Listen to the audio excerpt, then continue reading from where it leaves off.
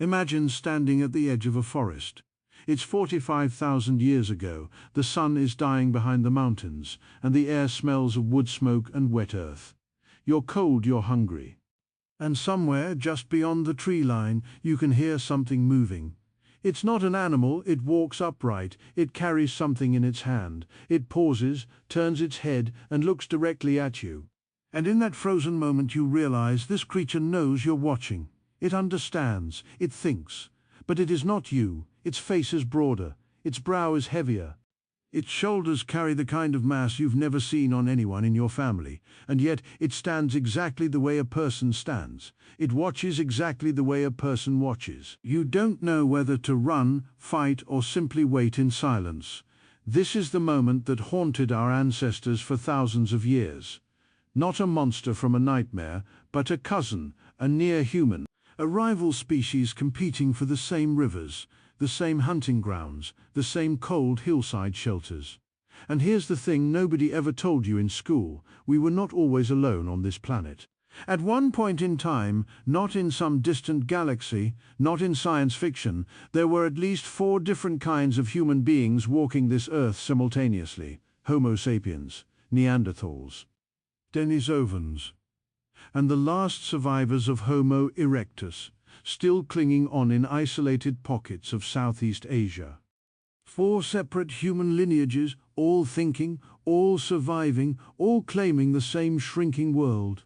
And then 3 of them vanished, not from asteroids, not from floods. What happened was far more complicated, far more personal, and far more disturbing than a natural disaster.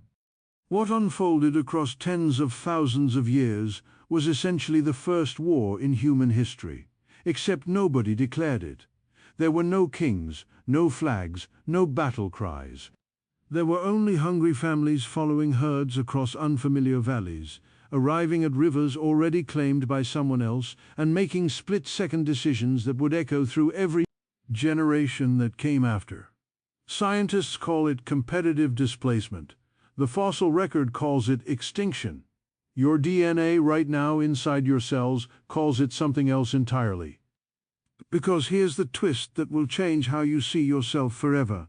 Some of those vanished humans are still inside us. The Neanderthals didn't completely disappear, they were absorbed. They were inherited. Between 1% and 4% of DNA in most people outside sub-Saharan Africa comes directly from Neanderthals. Their immunity proteins still protect you from disease. Their cold climate adaptations still live in your biology. The war ended, but the people never fully died. So what really happened in those dark forests and frozen valleys 40,000 to 70,000 years ago? Who were these vanished humans, and why did we survive when they didn't? That's exactly what we're about to find out.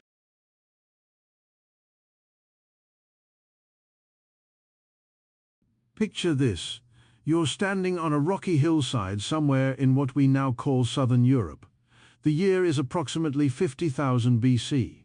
There are no roads beneath your feet, no cities on the horizon, no sounds of engines or electricity humming in the distance, just wind, just grass, just the enormous indifferent sky stretching over a world so wild it would be completely unrecognizable to you.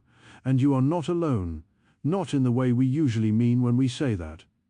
Not alone in the sense of other animals grazing nearby, or birds overhead. No, there is someone on the ridge above you.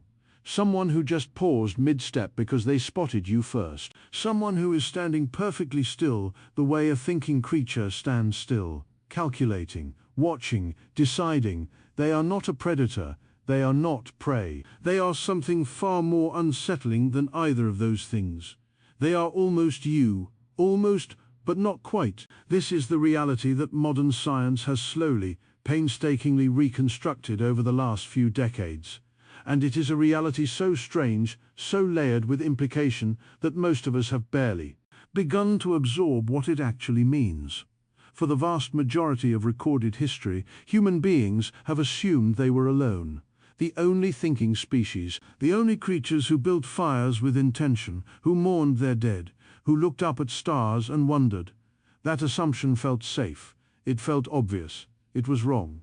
The Earth, for a significant portion of its inhabited history, was home to not one humanity but many, multiple species of human beings, all walking upright, all using tools, all living in social groups, all navigating the terrifying complexity of survival in a world that was trying, constantly and creatively, to kill them. They overlapped in geography, in time, in behavior, and eventually, violently, gradually, irreversibly, nearly all of them disappeared, all except one, us. But before we get to the disappearance, we need to understand who was here. Because you cannot fully appreciate what was lost, or what it cost to survive, until you meet the others. Until you understand that the Neanderthals were not grunting brutes, that the Denisovans were not shadowy footnotes, that the final survivors of Homo erectus were not primitive failures. These were real people, cognitively sophisticated, emotionally present, biologically extraordinary, and they walked this planet for far longer than we have. So let's start at the beginning. Let's meet them, the Neanderthals, masters of ice and stone. If you had to pick one word to describe a Neanderthal, the temptation for most people would be something like primitive or brutish. That word choice says more about our cultural assumptions than it does about the actual species, because the scientific portrait of Neanderthals that has emerged over the last 20 years is something altogether different, something that should honestly give us pause. Neanderthals, Homo neanderthalensis, were stocky, powerful, and cold-adapted in ways that modern human bodies simply are not. Their skeletal frames were broader and denser than ours. Their limbs were slightly shorter in proportion to their torsos, a physiological feature that conserves body heat in cold climates. Their rib cages were barrel-shaped. Their hands were enormous, capable of grip strengths that would embarrass most professional athletes alive today. Fossilized Neanderthal arm bones frequently show heavier development on one side, the signature of a lifetime spent driving heavy spears into large animals at close range. They were built for a world of ice, and they inhabited that world with extraordinary competence. Neanderthals ranged across a territory stretching from Western Europe to Central Asia, surviving conditions that would kill an unprepared modern human within days. Winters in Ice Age Europe were not the relatively mild affairs we know today. They were long, dark, murderous seasons where temperatures dropped so severely that vast stretches of the continent became essentially uninhabitable steppe. Open, frozen grassland swept by winds, carrying nothing but cold and the distant sound of migrating herds. Neanderthals didn't just survive these conditions, they thrived in them for an astonishing length of time. Consider this: Homo neanderthalensis existed as a distinct species for somewhere between 300,000 and 400,000 years. To put that in perspective, our own species, Homo sapiens, has been around for perhaps 300,000 years and has only been building cities for the last 5 or 6,000. The Neanderthals' tenure on this planet was immense, and they spent it mastering one of the harshest environments in the history of the inhabited Earth. Their intelligence was real, not symbolic language and art intelligence necessarily, though we'll come back to that, but a deep, intimate, encyclopedic knowledge of the physical world. Neanderthals understood the seasonal movement of animals with a precision that would rival the knowledge of any indigenous hunter in recorded history. They knew which cave systems offered protection from north winds. They knew which stone types produced the sharpest blades. Their tool-making tradition, called the Mousterian industry, produced carefully crafted implements from flint and bone that required significant planning, patience, and skill. You don't create a Mousterian scraper by accident. You learn, you practice, you teach, and they cared for each other. This is perhaps the detail that disrupts the brutish stereotype most completely. Neanderthal burial sites. And yes, they did bury their dead, sometimes show evidence of flowers placed with the body. More compellingly, Neanderthal skeletons have been found, showing healed injuries so severe that survival would have been impossible without sustained assistance from others, broken bones fully healed. Lost limbs lived through for years. A Neanderthal at Shanidar Cave in Iraq, known as Shanidar I, survived to old age, despite injuries that left him partially blind, deaf in one ear, and with a withered arm. He was kept alive by his community. That is not the behavior of a brutish species, that is the behavior of people. The Denisovans, the ghosts of the East. Now here's where the story gets genuinely mysterious. In 2008, in a cave in the Altai Mountains of Siberia, archaeologists found something small, unremarkable looking, actually just a tiny finger bone, roughly the size of a fingernail clipping, belonging to a child. They labeled the site Denisova Cave, extracted whatever DNA they could from the fragment, and sent it to a genomics laboratory. What came back from that laboratory changed the entire field of paleoanthropology overnight. The DNA did not belong to a Neanderthal, it did not belong to a Homo sapiens. It belonged to something else entirely. A previously unknown human species, a ghost lineage that nobody had ever formally identified, that had apparently been living across large portions of Asia for tens of thousands of years. They named them Denisovans after the cave. Here's what makes the Denisovans extraordinary: we know almost nothing about what they looked like. The fossil evidence is heartbreakingly sparse: a finger bone, a few teeth, a partial jawbone, a skull fragment. That's essentially it. We cannot reconstruct a Denisovan face the way we can reconstruct a Neanderthal face. We cannot stand in front of a museum exhibit and look one in the eye. They are known almost entirely through their DNA. Fragments of genetic information preserved in ancient bone and crucially living on in the genomes of modern humans. Because despite the scarcity of physical fossils, the genetic footprint of the Denisovans is enormous. Modern populations across Asia, Southeast Asia, and especially in Melanesia and Aboriginal Australia, carry measurable amounts of Denisovan DNA, sometimes as high as 5% in certain Papuan populations. This tells us that Denisovans were not a small, isolated group confined to one cave in Siberia. They ranged across vast territories. They were genetically diverse. They encountered Homo sapiens on multiple occasions, in multiple places, and those encounters sometimes resulted in something other than conflict. What kind of people were they? The teeth recovered from Denisova Cave are notably large, larger than Neanderthal teeth, which are themselves larger than ours. This suggests a physically robust species. Some genetic analysis hints at adaptations for high-altitude environments. A specific Denisovan gene variant related to hemoglobin has been found in modern Tibetan populations, likely inherited directly from Denisovan ancestors, and it allows people to live and function at altitudes that would cause altitude sickness in most human beings. The Denisovans may have been highland specialists, thriving across the cold, thin-aired plateaus of Central and Eastern Asia. They remain the most tantalizing mystery in the human story. We know they existed. We know they were widespread.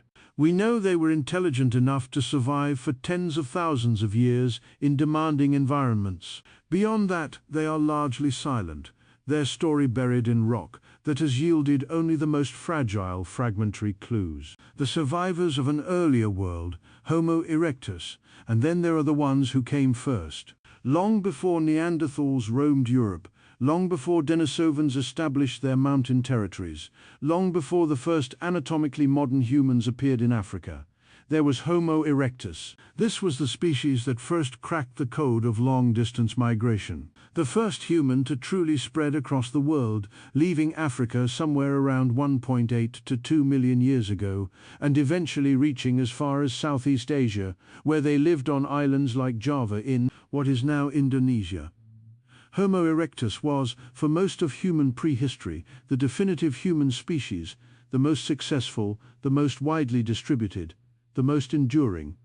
They used fire. They made symmetrical hand axes of remarkable consistency. They lived in social groups. They adapted to an extraordinary range of environments across an extraordinary span of time. By the period we're focused on, roughly 100,000 to 40,000 years ago, most Homo erectus populations had long since given way to later human species.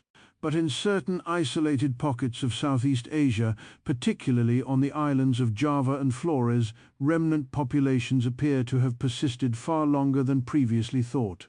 On Flores, an island in Indonesia, archaeologists discovered in 2003 the remains of a tiny human species they nicknamed Homo floresiensis, the hobbit, standing barely a meter tall, with a brain smaller than a chimpanzee's, yet clearly capable of sophisticated tool use.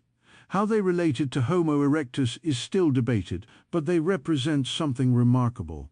The last echo of an earlier human chapter surviving on isolated islands, while the main drama of human history played out elsewhere.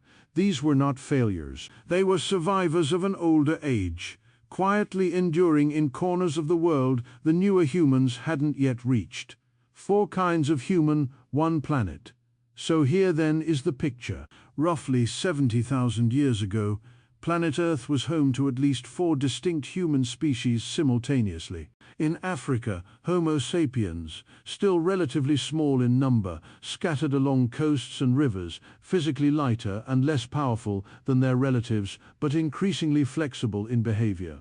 In Europe and Western Asia, Neanderthals, cold-adapted, physically formidable, deeply knowledgeable in their environments, with 300,000 years of survival expertise behind them. Across the highlands and forests of Central and Eastern Asia, Denisovans, genetically diverse and geographically widespread, their full story still locked in ancient stone. And in isolated Southeast Asian islands, the remnants of Homo erectus, the original world travelers, still quietly persisting on the margins of a world that had moved on without them.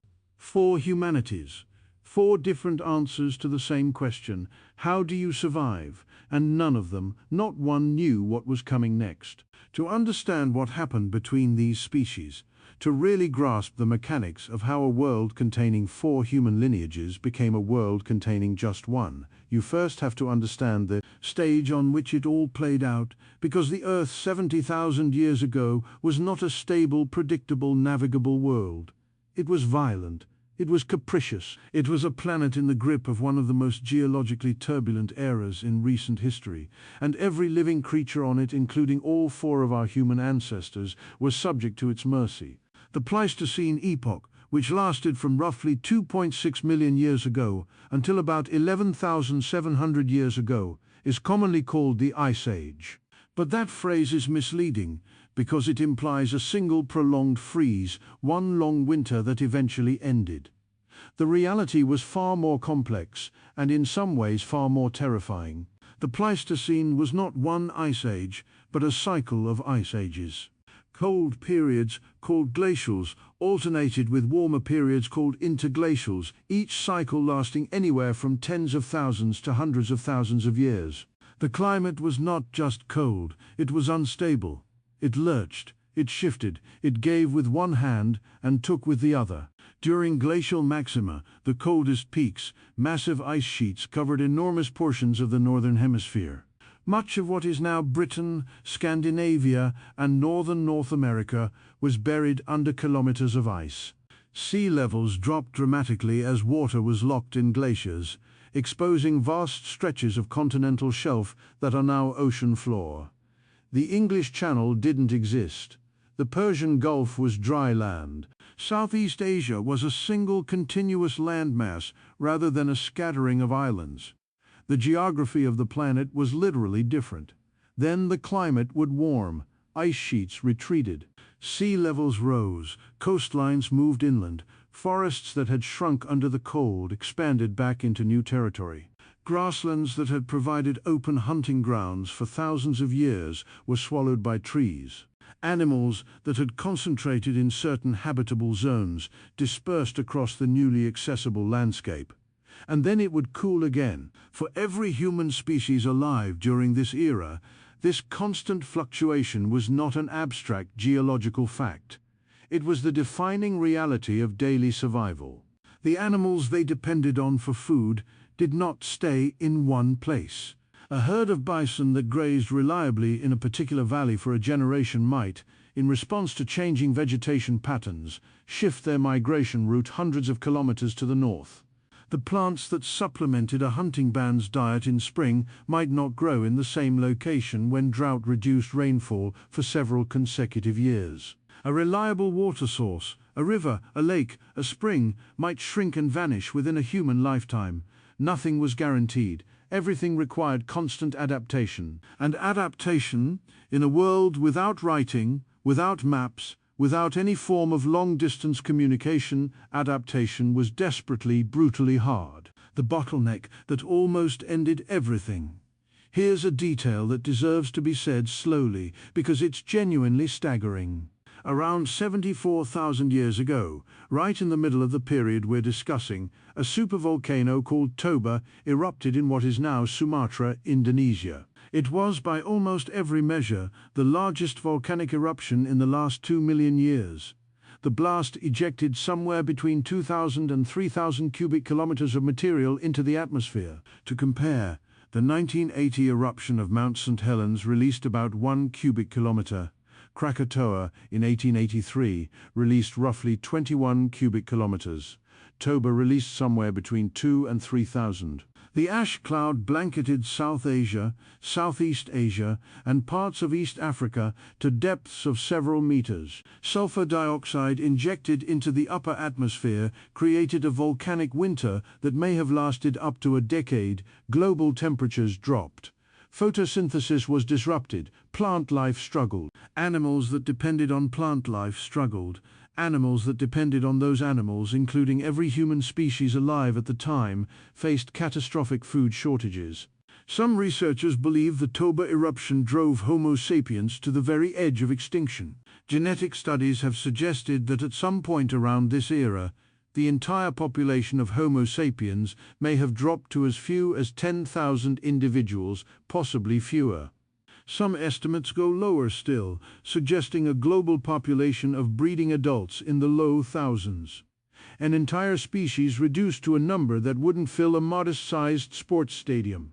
This is called a population bottleneck, and if the genetic evidence is accurate, we came within a hair's breadth of simply ceasing to exist. Not because of war, not because of another species, but because of a mountain that exploded on the other side of the world that we are here at all. That you are reading these words is, in some sense, an accident. A statistical miracle. The survivors of Toba carried all the genetic diversity that all of modern humanity descends from. We are, in a profound biological sense, the children of survivors. And this near extinction was not simply a sapiens problem. The Toba event affected all human populations across the Old World: Neanderthals in Europe, Denisovans in Asia, Homo erectus remnants in the Far East. All of them would have experienced the same disruption in food chains, the same collapse of plant life, the same cascading effects through the ecosystems they depended on. Some populations would have recovered, some would have shrunk to sizes from which recovery was increasingly difficult. The world that emerged from the aftermath of Toba was not the same world that existed before it. Populations were smaller, territories were fragmented. The patchwork of habitable land looked different, and the various human species that had, for thousands of years, maintained a kind of loose geographic separation from one another, spread across Africa, Europe, and Asia in ways that minimized contact, now found themselves increasingly pushed into the same spaces. Resources, scarcity, and the logic of competition. Here is something that is easy to understand in principle but much harder to feel in your bones. Scarcity changes everything. When land is vast and populations are sparse, different groups of humans, of any species, have very little reason to fight. The simple mathematics of space and food availability means that conflict is costly and avoidance is easy. If another group is hunting in the valley to the north, you hunt in the valley to the south. There's enough. There's no need to risk injury, risk losing members, risk the vulnerability that comes with any confrontation.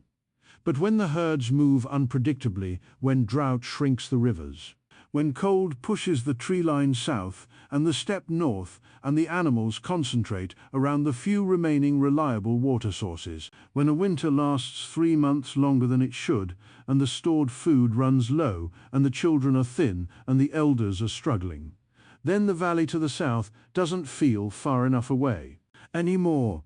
This is the dynamic that began tightening around all the human species during the most volatile periods of the Pleistocene. Not all at once, not in any dramatic sudden shift, but gradually across seasons and generations and centuries, the mathematics of survival began to change. Habitable land contracted during cold periods. Populations that had previously maintained comfortable distances from each other were pushed closer together. The same rivers, the same shelters, the same game corridors that had always been sufficient now had to be shared between groups whose need was the same but whose tolerance for sharing had its limits. Imagine a river, let's call it the only reliable water source within 3 days' walk. During a normal year, that river serves 3 or 4 different bands without any of them needing to interact. They arrive at different times. They take what they need. They leave. The system works through the simple grace of never quite being in the same place simultaneously. Now imagine a drought year, or a volcanic winter, or a shift in the local climate that dries the tributary streams that fed into the river from the east. Now the same river, the same essential, irreplaceable source of survival, is the only option for every group within a much wider radius. And now those groups, who have maintained their delicate geographic distance for generations, find themselves converging on the same strip of muddy bank at the same desperate time. What happens next depends on 100 variables. Who gets there first? How many individuals each group has? What weapons they carry? Whether the group that arrives second has hungry children, whether the group that arrives first has already noticed the footprints of strangers upstream. No war needed to be declared, no conscious decision made to compete rather than coexist. The river made the decision, the drought made the decision, the climate, shifting over centuries in ways that no individual human could perceive as a pattern, made the decision, and the consequences of those individual moments, repeated across thousands of rivers, thousands of shelters, thousands of scarce season hunting grounds, accumulated into something enormous. The first stirrings of a conflict that would reshape the human world, the world that set the stage. So here now is the complete picture of the stage before the drama begins. A planet lurching through cycles of cold and warmth. Populations of 4 different human species, each adapted to specific environments, each carrying different strengths and different vulnerabilities. A near-extinction event 74,000 years ago that shrank populations everywhere and reshuffled the geographic deck. Slowly tightening conditions that made the comfortable geographic distances of earlier millennia increasingly difficult to maintain. And somewhere in Africa, still small in number, still not particularly dominant, still just one fragile species among several, a group of Homo sapiens, beginning to change in ways that even they could not have recognized as significant. Their bodies hadn't changed, but something in how they organized themselves, how they shared information, how they preserved knowledge across generations, something in that invisible architecture of culture and cognition was, quietly, incrementally, becoming different.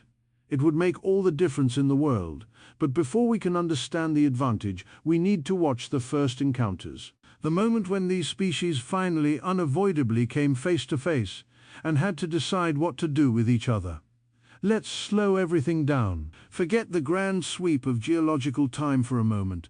Forget the ice ages and the volcanic eruptions and the million-year timelines.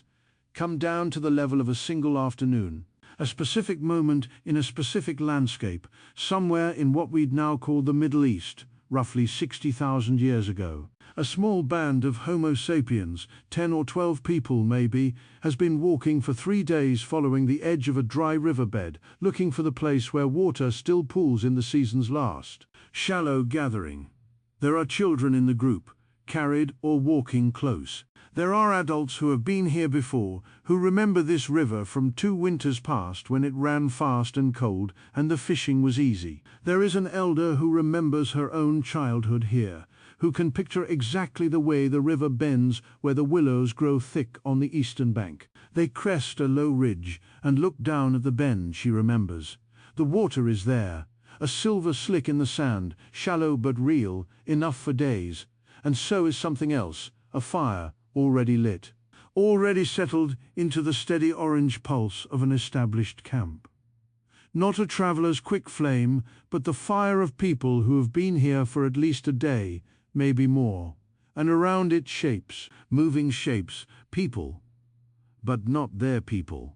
The elder goes very still, the hunters raise their weapons, not to throw, not yet, just to hold. The children are pulled close, and everyone watches. The figures around the fire are doing exactly what any humans do around a fire at dusk, eating, tending to things. One is crouched over something on the ground, a tool maybe, or food being prepared. Another is standing at the water's edge, looking north. And then that one turns, because ears and instincts don't need eyes, and they see the ridge. They see the ridge, and they see the shapes on it. And for a long suspended moment, nobody moves. This is how it began. Not with battle cries, not with armies, with a moment of recognition so strange and so loaded with uncertainty that nobody quite knew what to do with it. Two groups of thinking, feeling, calculating beings, looking at each other across a dwindling river, each needing exactly what the other already had. Recognition without understanding. The first thing that would have struck a Homo sapiens encountering Neanderthals, or vice versa, is not how alien the other looked, it's how familiar. This is actually the deeply unsettling part. If you saw a Neanderthal from a distance, you might not immediately know you were looking at a different species. They walked upright, the way people walk. They moved with purpose and coordination, the way people move. They organized around fire, they interacted with each other. They responded to the environment with the clear evidence of intelligence and intention. Only as you got closer would the differences become apparent. The more prominent brow ridge, the wider, flatter nose optimized for warming cold air before it reached the lungs. The absence of a projecting chin.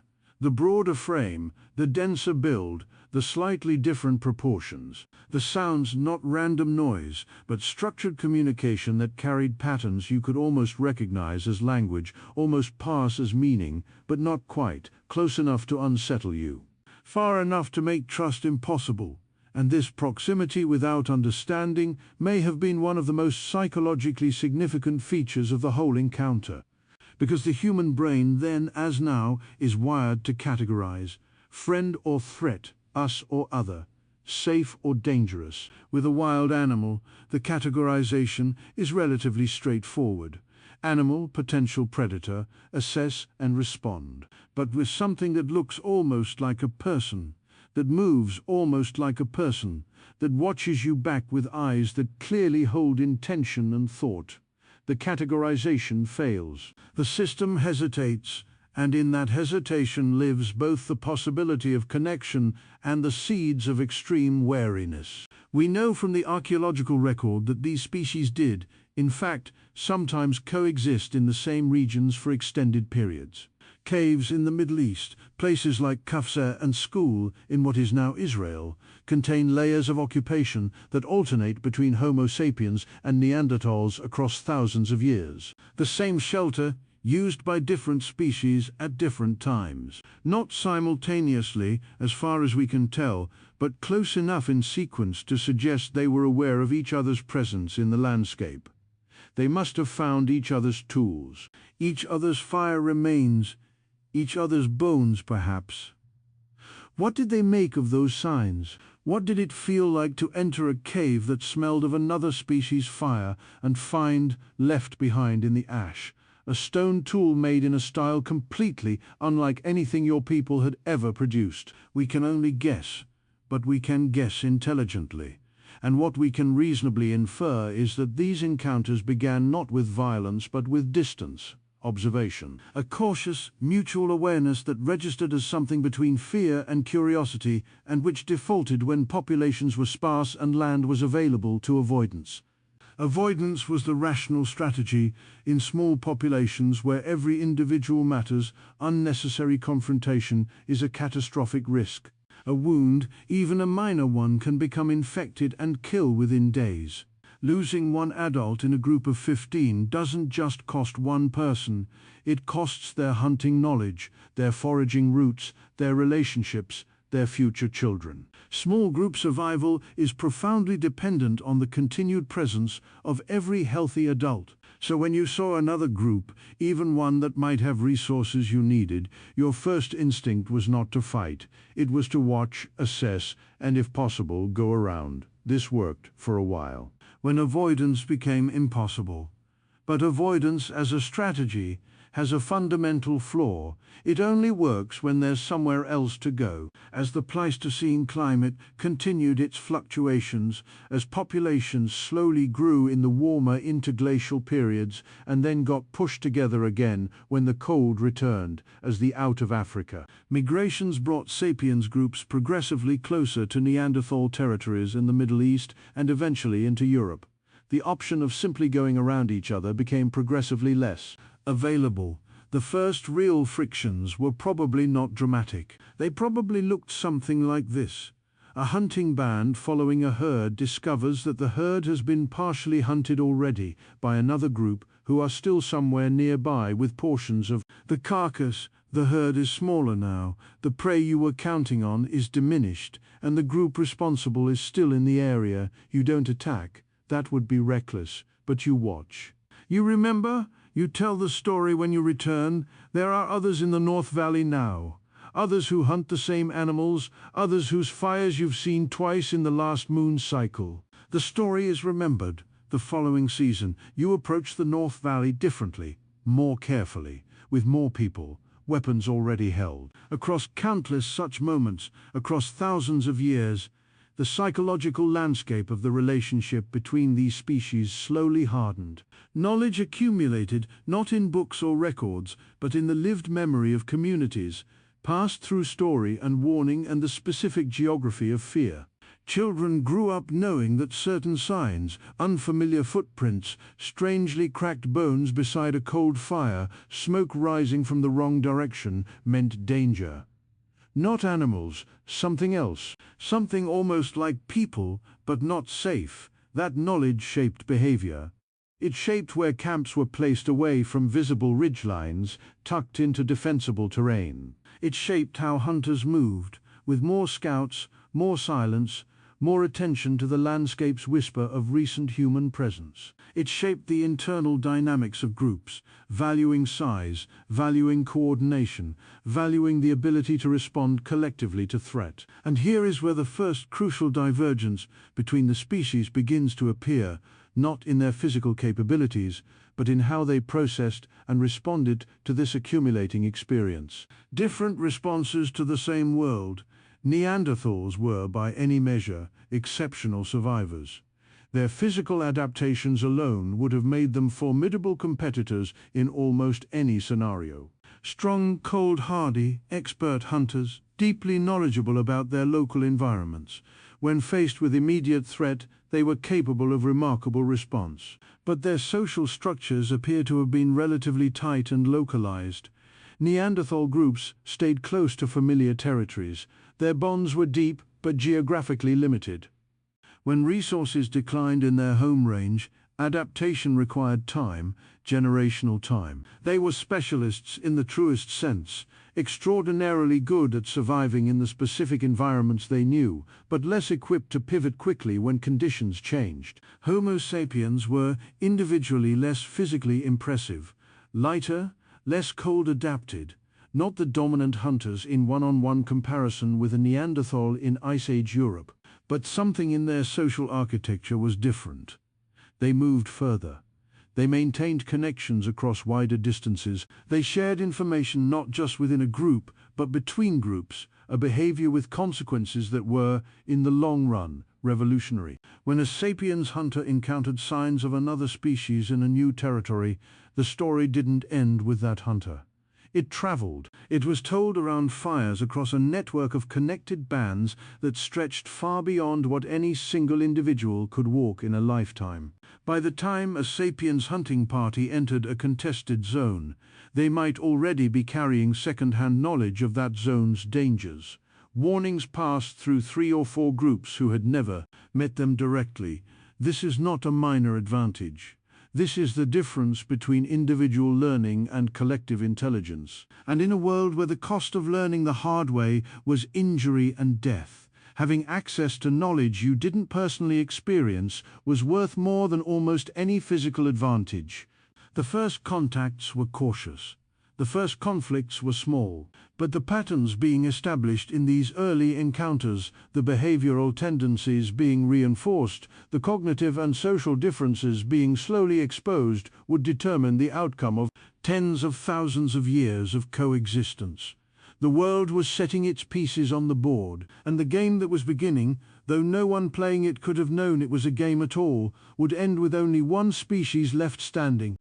There is a moment in every great human story where the irreversible decision gets made, where someone takes a step they cannot take back, where the world that existed before that step and the world that exists after it are permanently, fundamentally different, even if nobody standing in that moment has any idea that's what's happening. For the story of our species, that moment came somewhere in northeastern Africa, roughly 60,000 to 70,000 years ago, and it didn't look like a historic moment at all. It looked like hunger. It looked like a group of people, maybe 30, maybe 50, maybe several unconnected groups across a generation or two, following the coastline north and east because the rains had failed, and the animals had moved, and staying meant dying slowly instead of trying. It looked like children carried on backs across unfamiliar terrain. It looked like hunters reading a landscape nobody in their group had ever seen before, applying knowledge earned in Africa to plants and animals and rivers that followed different rules. It looked like fear and exhaustion and the particular human stubbornness that refuses to stop moving as long as there is somewhere else to possibly go. The out-of-Africa migration is one of the most studied, most debated, most fascinating events in all of human prehistory. And the more scientists examine it through genetics, through archaeology, through climate modeling, the more complex and surprising it becomes, because it wasn't one migration, it was many. Waves, some successful and some not, stretching across thousands of years. Some groups left Africa and died out before leaving any descendants. Others left genetic signatures that ripple through billions of people alive today. Some went north and east through the Middle East. Others may have hugged the southern coastline, island hopping across what is now the Indian Ocean, though sea levels were lower then and the distances between land were smaller. What all these migrations shared was a destination nobody chose consciously. What they were moving toward, what they would inevitably collide with, was a world already inhabited by people who had been there for hundreds of thousands of years and had no intention of giving it up. The corridor of first collision, the most significant early contact zone between Homo sapiens and Neanderthals, was the Levant, the coastal strip of land that connects northeastern Africa to the rest of the Eurasian continent. Today, this region encompasses Israel, Palestine, Lebanon, Syria, and Jordan. In the Pleistocene, it was a corridor. The single narrow land bridge between Africa and everywhere else, flanked by sea on one side and desert on the other. If you were a Homo sapiens moving out of Africa and heading toward the wider world, you passed through here, and Neanderthals had been living here for a very long time. The cave sites of the Levant tell the story in layers. Quite literally, in the stratigraphy of archaeological deposits, layer beneath layer, you can read alternating chapters of occupation. Khafre cave in northern Israel contains Homo sapiens remains dated to around 100,000 years ago, among the earliest known sapiens presence outside Africa. But nearby Kebara cave contains Neanderthal remains from roughly the same broad period. Different sites, different species, but overlapping in time and sharing the same general landscape. This wasn't brief or accidental. For tens of thousands of years, the Levant served as a mixing zone, not in the sense of peaceful coexistence, but in the sense of repeated, overlapping, contested presence. The climate fluctuated, and the relative success of each species fluctuated with it. During warmer interglacial periods, when the Levant was more hospitable and the African grasslands were productive, sapiens populations expanded northward into the region. During colder, drier periods, when conditions more closely resembled the glacial European environments the Neanderthals were built for, Neanderthal populations pushed southward in turn. For thousands of years, neither species permanently dominated this corridor. The cave sites show alternating layers of occupation: Neanderthal tools, then Sapiens tools, then Neanderthal again, suggesting that the same shelters changed hands repeatedly following the rhythm of the climate. One species advanced when conditions favored it, the other retreated. Then conditions changed and the dynamic reversed. This is not yet the story of one species destroying another. This is the story of two species testing each other across a shared landscape, neither strong enough nor numerous enough to deliver a decisive blow, both constrained by the same ecological realities. Conflict existed. It must have, given what we know about the competition for resources, but it was balanced. It was, in its strange and violent way, a kind of equilibrium. That equilibrium would not hold forever. Walking into Europe, around 45,000 years ago, something shifted.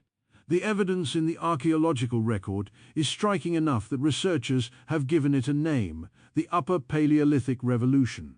Across Europe and Western Asia, you see a sudden, in geological terms, explosion of new technologies, new art forms, new behaviors. Cave paintings appear, carved figurines appear. Personal ornaments, beads, pierced shells, ochre-stained items appear. Tools become more varied, more sophisticated, more specialized for specific tasks, and Homo sapiens appear in Europe. Not for the first time, necessarily. There may have been earlier, failed incursions. But this wave, around 45,000 years ago, is the one that stuck. The one that pushed progressively westward and northward, following river valleys and coastlines, occupying caves and open-air camps, hunting the same animals that Neanderthals had been hunting for hundreds of thousands of years. Imagine what this must have looked like from the Neanderthal side of that equation. For as long as their cultural memory reached, which without writing meant only as far back as the stories of the oldest elders, Europe had been theirs. Not in any formal territorial sense, but in the deeper sense of known. They knew this land. They knew its seasons, its shelters, its animals, its dangers. They had buried their dead in its soil. They had hunted its mammoths and horses and cave bears across more generations than any living Neanderthal could count. The land was not something they owned. It was something they were made of. And now, coming from the east, from beyond the familiar edges of their world, there were others. The first sapiens groups to enter Europe were small. Scouting parties, essentially, whether they understood themselves that way or not. They would have encountered a landscape already densely known by its inhabitants. The good cave sites were occupied. The reliable hunting routes were worked. The best river crossings were already being used. A sapiens group, moving into this landscape, didn't just encounter a different environment. They encountered a different civilization, not in the monumental city-building sense, but in the profound sense of a people whose knowledge of a place had accumulated across deep time. And yet they kept coming. Why? The pull of the north. Part of the answer is simply population pressure from behind. As sapiens numbers grew in Africa and the Middle East, the lands already populated by their own species couldn't support indefinite expansion. Groups budded off at the edges, pushed outward not by desire for conquest, but by the ordinary arithmetic of too many people and not enough food. The north offered something the densely occupied south couldn't always guarantee: space. But space occupied by Neanderthals was not empty space. And this is where the nature of the confrontation begins to crystallize. In the early phases of sapiens' entry into Europe, they appear to have moved through the landscape in patterns that suggest awareness of, and sometimes deliberate avoidance of, Neanderthal territories. Archaeological sites from this period sometimes show sapiens' presence in ecological zones, coastal areas, river margins, woodland edges that were slightly different from the core Neanderthal. Hunting grounds on open steppe, as if the two species were, at least initially, partitioning the environment. Sapiens taking the marginal zones between habitats, Neanderthals holding the prime steppe hunting grounds. This makes evolutionary sense. Competition is most intense between species that want exactly the same things. If sapiens could find adequate food in coastal and riverine environments, fish, shellfish, small game, diverse plant foods, they reduced direct competition with the steppe-hunting Neanderthals who were taking mammoths and bison in the open grasslands. But this partition was never clean and it was never stable, because the marginal zones were not sufficient for growing populations indefinitely. And because the best shelters, the deep limestone caves that provided protection from both weather and predators, were exactly the kind of resources both species needed, and neither could afford to surrender. The cave sites of Europe from this period, Spy Cave in Belgium, Vindija Cave in Croatia, La Chapelle aux Saints in France, tell stories of repeated contact written in stone and bone. Neanderthal tools found in stratigraphic layers immediately below Sapiens tools. Neanderthal remains in caves that later became Sapiens camps. The physical evidence of a slow, contested transition from one occupant to another. The archaeology of pressure here is one of the most remarkable pieces of evidence from this entire period. A Neanderthal site in France, called Grotte du Ren at Arcy-sur-Cure, contains something unexpected, mixed into Neanderthal archaeological layers, alongside distinctly Neanderthal tools of the type called Châtelperronian, are personal ornaments, pierced animal teeth, ivory rings, decorative objects of a kind previously associated exclusively with Homo sapiens behavior. What does this mean? The most likely explanation is that Neanderthals, in contact with sapiens groups, began copying sapiens behaviors. Whether they fully understood the social significance of these ornaments, whether they grasped that a pierced shell worn around a neck meant something, signaled belonging, communicated identity, we cannot know. But they observed, they imitated, they tried. This is a detail that tends to get lost in the larger narrative of conflict and extinction, but it's one of the most humanizing moments in the entire story, because it suggests that even in a relationship defined by competition and growing tension, there was also observation, curiosity, a recognition that the other was doing something worth understanding. Were there peaceful encounters? Almost certainly. Trade of some kind, or at least the exchange of materials across territories, appears to have happened. Certain types of stone found in Sapiens archaeological sites came from regions more closely associated with Neanderthal territory. Knowledge flowed, somehow, across the boundary between species, but it flowed against a backdrop of intensifying pressure, because the overall pattern of the archaeological record across Europe from 45,000 to 35,000 years ago is unmistakable. Sapiens sites become more numerous. They spread further west and north. Neanderthal sites become less numerous. They cluster in fewer locations: the Iberian Peninsula, the far southwest of Europe, the coastal refuges of what is now Spain and Portugal. The middle of the continent, the Rhine Valley, the Central Plains, these places, once Neanderthal territory, become Sapiens territory quietly, gradually, irreversibly. This wasn't conquest in any sense we might recognize from later history. There were no armies, no strategies, no leaders directing a campaign. There were only individual encounters, individual decisions, individual seasons of success or failure. A Sapiens group that found a valley productive and stayed. A Neanderthal group that found its hunting range disrupted and moved. Another harsh winter that hit an already reduced Neanderthal community with losses it couldn't recover from. Another generation of Sapiens children born into a slightly larger, slightly more connected world than their parents had known. The wave was slow, but it was relentless. And as it moved westward across Europe, it was being driven by something deeper than just numbers or weapons, or even the intelligence of individuals. It was being driven by a difference in the way knowledge moved, in the way experience was stored, shared, and built upon across time. That difference, invisible, cultural, operating in the minds of people who would never understand its significance, was about to determine the fate of an entire species. Let's take a moment to be fair to the Neanderthals, because there's a version of this story, a lazy, comforting version, where Homo sapiens was simply smarter. Where we turned up in Europe with our bigger brains and our better tools and our superior intelligence, and the Neanderthals, poor primitive creatures, simply couldn't compete. Where extinction was inevitable because inferiority was obvious.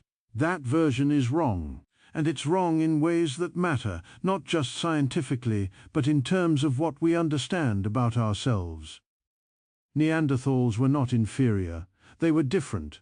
And the differences that ultimately disadvantaged them were not differences in raw intelligence or individual capability, they were differences in the architecture of their society.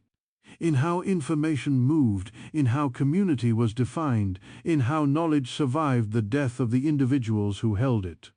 To understand why this mattered so profoundly, you have to understand what knowledge actually is in a world without writing. In our world, knowledge is cheap. If you want to know how to prepare a medicinal plant, you look it up. If you want to learn which animals are dangerous in a particular region, you read about them. The sum total of human understanding, accumulated across thousands of years of civilizations, is available to you at essentially zero cost whenever you want it. You are, without even thinking about it, standing on the shoulders of millions of people you've never met and will never know. Take away all of that. Take away the books, the internet, the schools, the libraries, the storytellers who record information in symbolic form that outlasts any individual. Now you're left with what our Pleistocene ancestors had: human memory and human speech. Direct, person-to-person transmission of everything worth knowing. In that world, the death of a knowledgeable individual is a catastrophe. When an elder who knows the location of a reliable water source 3 days' walk to the east dies before teaching that knowledge to someone younger, that knowledge dies with them. When a skilled hunter whose technique for approaching mammoths without triggering a stampede is unique to her own experience dies in a failed hunt, that technique is gone. Every death is a potential loss of irreplaceable information. The question then becomes not just how smart are the individuals in your group, but how good is your group at keeping knowledge alive. The network that changed everything Homo sapiens at some point in their development, and the evidence suggests this accelerated significantly in the period around and after the Toba bottleneck. Between 70,000 and 50,000 years ago, developed a capacity for social networking that went beyond anything seen before in the human family. What does that mean practically? It means that sapiens groups maintained relationships with other sapiens groups across distances that went far beyond immediate family or local band. It means that when two bands crossed paths, they exchanged information, not just pleasantries, but genuinely useful knowledge. It means that a young hunter in one group might learn from a traveler passing through about a mountain pass 3 weeks' walk away that was safe to cross in late summer. It means that a woman skilled in working a particular type of stone might teach her technique to someone from a neighboring group, and that technique might spread, person to person, over decades, across hundreds of kilometers. The evidence for this is visible in the material record. Sapiens archaeological sites from this period contain stone tools made from materials that came from sources sometimes hundreds of kilometers away. Shells used as ornaments found far inland, traded hand to hand across enormous distances. Distinctive artistic motifs, patterns, symbols, representational forms, appearing in sites geographically separated in ways that suggest communication across the spaces between them. Neanderthals, by contrast, appear to have worked primarily with local materials. Their stone tools were made from rocks available within relatively short distances of their campsites. This is not evidence that they were less intelligent. It's evidence that their trade networks, their intergroup connections, were shorter, more local, more limited in geographic extent. The consequence of this difference in the context of survival is profound. A sapiens group, facing a hard season, had options that extended beyond its immediate territory. If the local herds moved unexpectedly, information about where they'd gone might arrive with a visiting group from the next valley. If disease struck and reduced the group's hunting capacity, members of allied bands might provide support, food, assistance, in extreme cases adoption of survivors into a larger community. If resources were genuinely exhausted in one area, the group could move, and they moved into a network, not into unknown wilderness. Familiar faces, shared stories, recognizable tool traditions, at intervals along the road. A Neanderthal group facing the same hard season had, primarily, their own knowledge and their own numbers. Their bonds within the group were fierce. We've seen evidence of that in the healed injuries, in the burial practices, in the clear evidence of sustained care for injured members. But the network beyond the group was thinner, shorter, less redundant. In ecology, redundancy is resilience. A system with multiple backup pathways survives shocks that destroy systems with only one. The Sapiens' social network was more redundant. And in a world of constant environmental shocks, that redundancy was, slowly, decisively, everything. The power of the story, but there's another dimension to this advantage that goes even deeper than trade networks and intergroup alliances. It's something that is uniquely, powerfully human in a way that may have distinguished sapiens even from their closest relatives. It's the ability to tell stories about things that aren't immediately present. This sounds almost trivially simple. Of course, humans tell stories. We do it constantly, effortlessly, automatically. But think about what storytelling actually requires. It requires the ability to mentally represent situations and events that are not happening right now in front of you. It requires the ability to communicate those representations to another person in a way they can understand and store and later use. And it requires a shared symbolic framework, language rich enough and structured enough to carry complex meaning reliably across the gap between one mind and another. All of this is easy for us.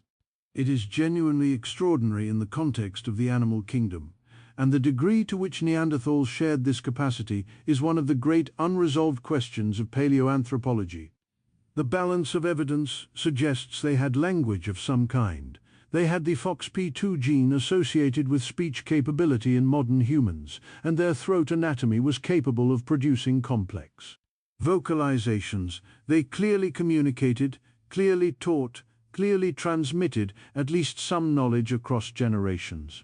But the range and complexity of what they could symbolically encode and share appears to have been narrower than what sapiens were doing.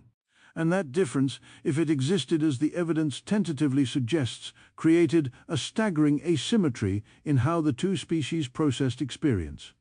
A Homo sapiens elder could describe, to a young hunter who had never been there, the behavior of mammoths in a specific valley 3 days' walk to the north during early spring. She could describe the terrain, the approach angle that minimized the risk of detection, the specific time of day when the herd was most likely to be at the waterhole, the warning signs that indicated the animals were about to move. That young hunter had, in effect, been to that valley, not physically, but cognitively. They arrived with a mental map built from someone else's experience. Multiply this across a lifetime of stories. Multiply it across the stories of every elder in every connected group within a sapiens social network. And then consider the advantage this represents when entering contested territory, approaching uncertain resources, or facing an encounter with a rival species whose behavior had been observed and described by someone who survived it. The sapiens hunter entered dangerous situations with accumulated intelligence. The Neanderthal hunter, however skilled and however experienced personally, entered primarily with their own knowledge and whatever they could learn from the people immediately around them. Flexibility versus mastery. There is one more dimension of the sapiens' advantage worth examining carefully, because it challenges a common assumption about what makes a species successful. We tend to assume that specialization is strength, and in stable environments it is. A Neanderthal, who spent their entire life learning the behavior of the bison herds of southern France, was phenomenally good at hunting those bison. Their knowledge was deep, precise, refined across generations of accumulated local expertise in the environment they knew. They were extraordinary. But the Pleistocene was not a stable environment. It was, as we've discussed, a world in constant flux, and in an unstable environment, the specialist's depth of expertise becomes a vulnerability. When the environment changes, when the bison move, when the winters shift, when the forest replaces the steppe, all that accumulated, localized knowledge suddenly applies to a world that no longer exists. Sapiens were generalists, not as spectacularly skilled at any single hunting technique as a Neanderthal expert, not as cold adapted, not as physically powerful in direct confrontation with large prey, but capable of eating a much wider range of foods, fish and shellfish, which Neanderthals rarely exploited. Smaller mammals that Neanderthal hunting strategies weren't optimized for. Plant foods in varieties and quantities that Neanderthal diets seem to have included less consistently. This dietary breadth meant that sapiens could find sustenance in environments and conditions where a more specialized hunter would struggle. It meant that when a primary food source disappeared, sapiens could pivot to alternatives, while the disappearance was still, for a Neanderthal group, a crisis. It meant that the marginal zones, the coastlines, river edges, woodland borders that sapiens initially occupied were not just fallback positions.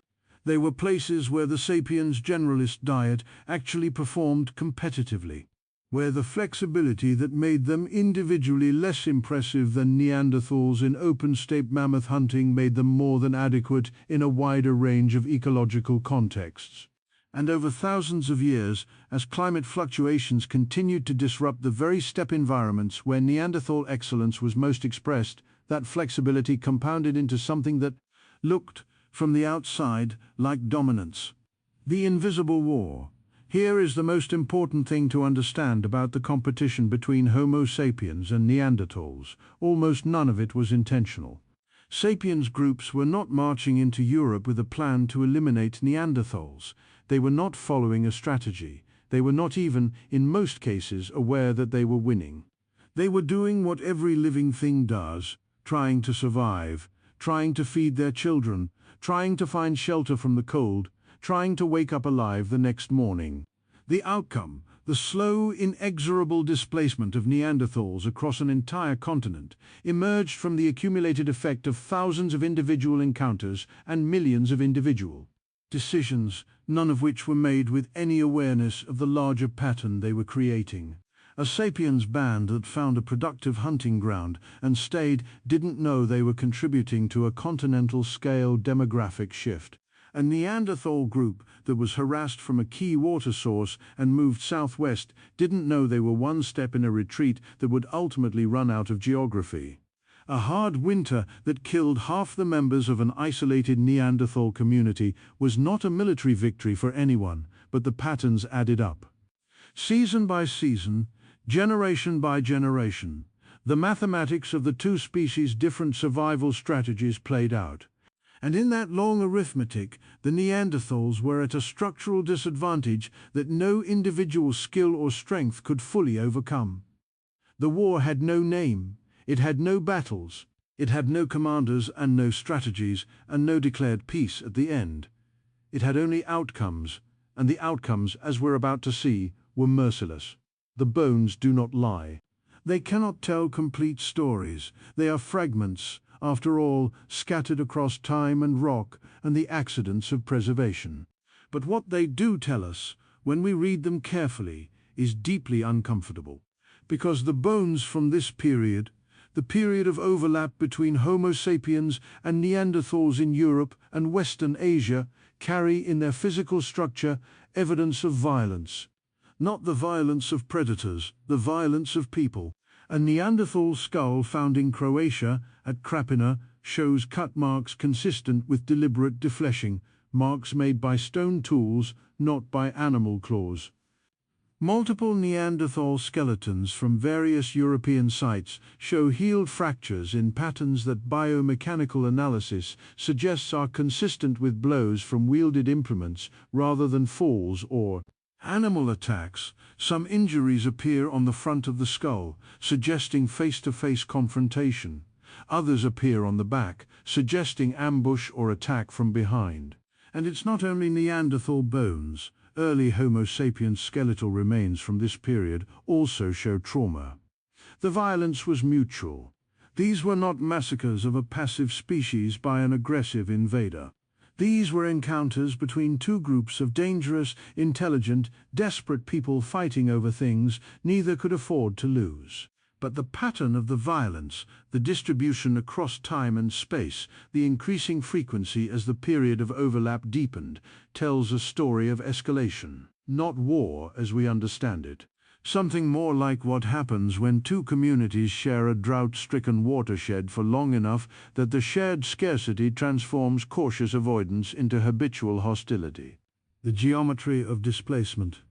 To understand how displacement actually worked in practice, you have to abandon the idea of it as an event and accept it as a process. It didn't happen because Sapiens armies swept across Europe pushing Neanderthals before them. It happened because of the differential in recovery rates between two populations under sustained environmental stress. Here is a simple but devastating example of how the mathematics worked.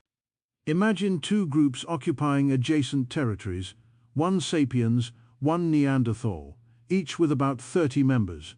A particularly brutal winter strikes. Both groups lose members to starvation, to cold, to the injuries that come from desperate hunting of prey that has also been weakened by the cold. Both groups emerge from that winter diminished. Perhaps each has lost a quarter of its numbers. For the Sapiens group, the recovery process looks something like this. Their remaining members send out signals through their wider social network. A neighboring Sapiens band, which happened to have a slightly better winter, sends several young adults to join them. Knowledge is exchanged, resources shared, the community rebuilds. Within a generation or two, numbers are restored. For the Neanderthal group, recovery depends primarily on internal resources. Their bonds within the group are strong, but their external network is thinner. They have to rebuild from their own surviving members. If the losses were severe enough, if they lost the elder who knew the spring hunting routes, if they lost the experienced hunters who understood the local terrain, then the rebuilt community carries forward less knowledge than the one that existed before the winter. They are more vulnerable to the next crisis than their predecessors were to this one. Repeat this dynamic across 5 hard winters in 20 years. The Sapiens group recovers each time, replenished by its network. The Neanderthal group recovers more slowly, more incompletely, becoming progressively smaller and progressively less knowledgeable. Eventually their numbers drop below the threshold for sustainable reproduction. Eventually their territory, abandoned by necessity during the worst periods, gets occupied by Sapiens groups who are simply there, doing what living things do, filling available space. No massacre. No battle, just the slow arithmetic of differential recovery, compounding across generations into demographic collapse.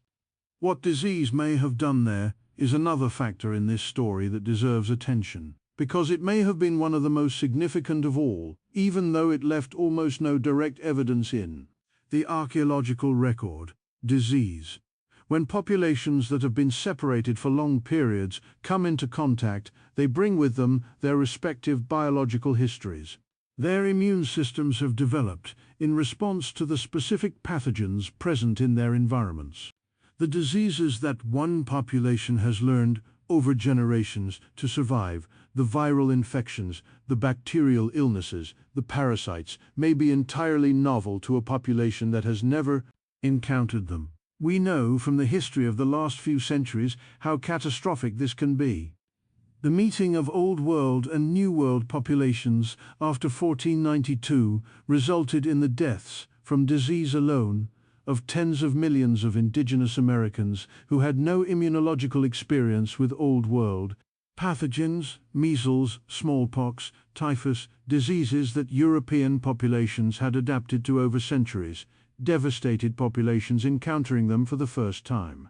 It is entirely reasonable to suspect that something analogous happened when Homo sapiens and Neanderthals came into sustained contact after tens of thousands of years of geographic separation.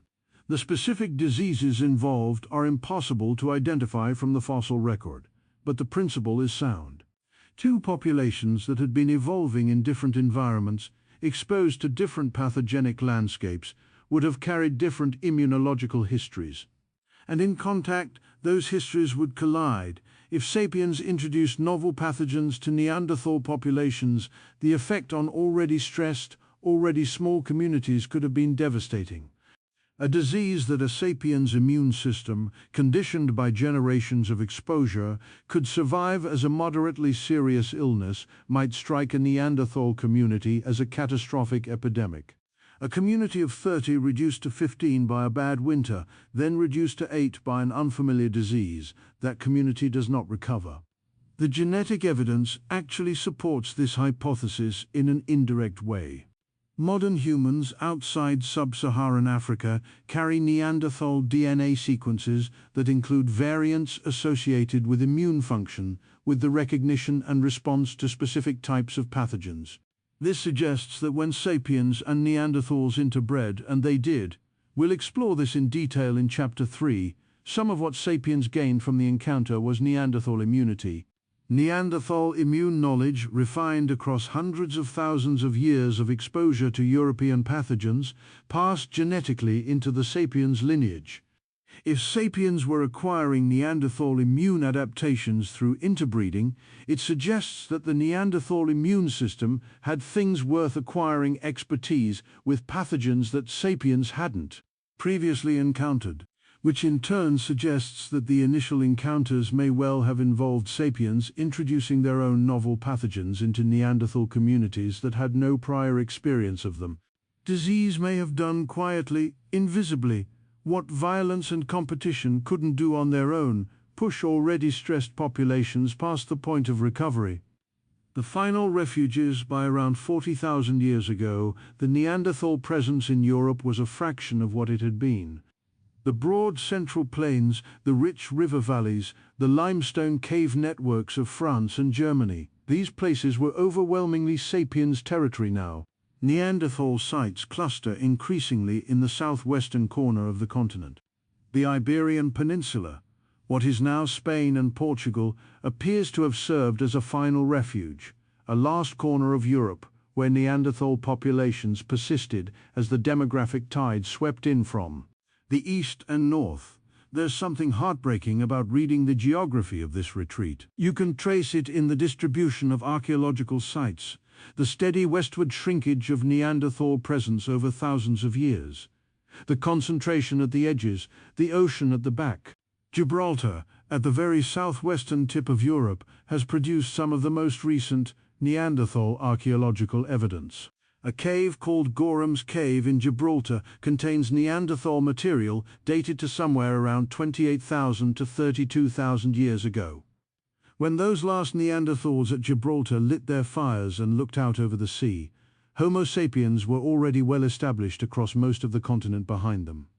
The last Neanderthals lived in a world that had already largely become someone else's. What did those final communities look like? Small. Almost certainly. Isolated, almost certainly. The wide-ranging social networks that had never been a Neanderthal strength were presumably even more attenuated now, with populations fragmented and separated by territories that had filled with sapiens. Inbred, probably in the genetic sense, small populations with limited access to outside breeding partners show the signatures of inbreeding in their genomes, and Neanderthal genomes from the later period of their existence show exactly this signature, a small, isolated, inbred community facing competition from a larger, more connected, more flexible rival. This is not a story with a happy ending.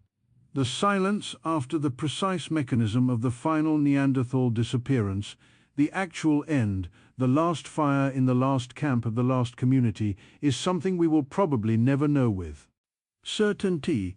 The fossil record simply doesn't have the resolution to show us that moment. What it shows us is presence and then absence. A date range within which the last evidence of Neanderthal occupation occurs, and then nothing. No catastrophic massacre layer, no mass grave of Neanderthal bones showing evidence of a final battle. Just silence. The silence of a people who stopped leaving traces. Most researchers today believe the final disappearance was exactly what the preceding tens of thousands of years had been: gradual, multi-causal, driven by the accumulation of disadvantages in a world that had changed around a species whose strengths were increasingly poorly matched to the changed conditions. Competition, disease, climate stress, inbreeding depression in isolated communities. The shrinking of territories to points where sustainable populations could no longer be maintained. They didn't go out fighting a last stand.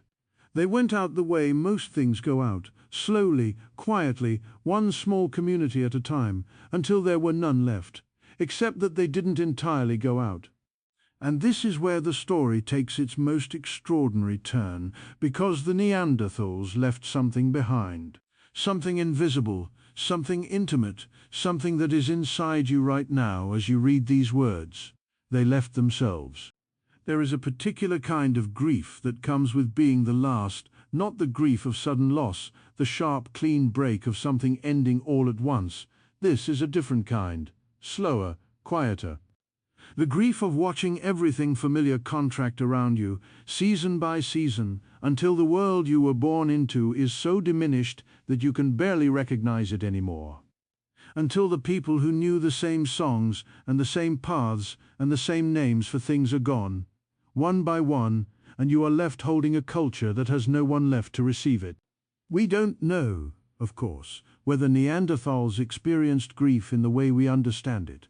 We don't know the texture of their inner lives with any certainty, but we know they buried their dead.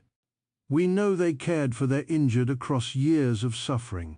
We know they maintained communities with bonds strong enough to keep a partially blind, one-armed elder alive to old age in an environment that killed healthy adults regularly. Whatever they felt something. And in those last communities, small, isolated, pressed into the southwestern corners of a continent that was no longer theirs, something was ending that had existed for 300,000 years. Let's go there. Let's stand in the last chapter of the Neanderthal world and look at it honestly. The geography of the end. By approximately 40,000 years ago, the Neanderthal presence in Europe had undergone a dramatic geographic contraction.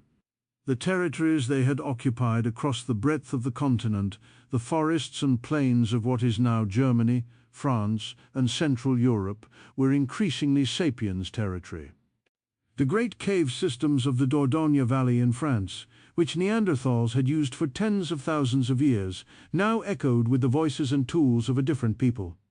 The Rhine Valley, the Danube corridor, the rich hunting grounds of the Central European steppe, all of these had shifted hands in the slow, grinding way we described in the previous chapter. What remained was the periphery, the mountains of southern Europe, the rugged coastal landscapes of the Iberian Peninsula, the rocky promontories overlooking the Mediterranean. Places that were, in their own way, productive and livable, but places that were also increasingly isolated from each other, separated by territories now occupied by expanding sapiens populations.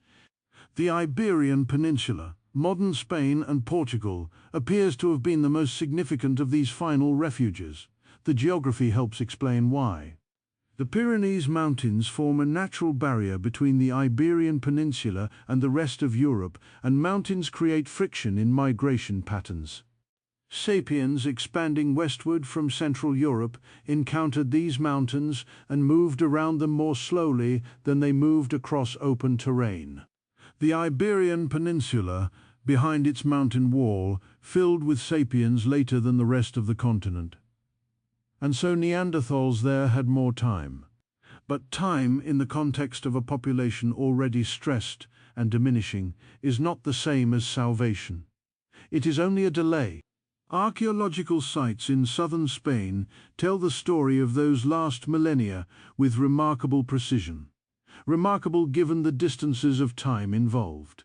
Gorham's Cave and Vanguard Cave, both located in the limestone cliffs of Gibraltar, have produced some of the most recent confirmed Neanderthal material anywhere. The dates are contested and constantly being refined as analytical methods improve. but the evidence points to Neanderthal presence in Gibraltar, lasting until somewhere between 28,000 and perhaps even 24,000 years ago, meaning that in this small rocky promontory at the southern tip of Europe, Neanderthals were still alive and active thousands of years after they had disappeared everywhere else on the continent. Stand at Gibraltar and think about what those final communities would have seen. The Mediterranean before them, blue and ancient and indifferent. The coast of North Africa visible on clear days, tantalizingly close but irrelevant. There was nothing across that water for them. The mountains of Andalusia behind them, and somewhere beyond those mountains, a world that had moved on, a world that belonged now to someone else. What the last communities looked like, the genetic evidence from late Neanderthal populations, tells a sobering story about what demographic collapse looks like from the inside. When scientists sequenced the genomes of multiple Neanderthal individuals, drawing on samples from different times and locations across the Neanderthal range, they found something striking in the later specimens. The genetic diversity drops, the signs of inbreeding increase. Variants that would normally be diluted by the introduction of genetic material from outside the immediate community become concentrated, because there is no outside community close enough to contribute. One Neanderthal individual from the Altai Mountains in Siberia, known as the Altai Neanderthal, shows, in their genome, the signature of a community so small and so genetically isolated that close relatives must have regularly reproduced together, not by choice. This was not a cultural practice, but a consequence of circumstance. When your entire world contains only a handful of people, and those people are your relatives, the options are limited. This is what isolation does to small populations. It doesn't kill them immediately. It weakens them progressively, generation by generation, as harmful genetic variants that would normally be kept rare by the mixing of diverse populations instead accumulate. Immune function degrades. Reproductive success decreases. Developmental abnormalities become more common. The community becomes less resilient to the ordinary shocks, disease, hard winters, failed hunts that a healthy, genetically diverse population would survive. And alongside the genetic deterioration, there is the cultural deterioration that comes with shrinking numbers. The elder who knew the deep water fishing technique dies before she can teach it fully.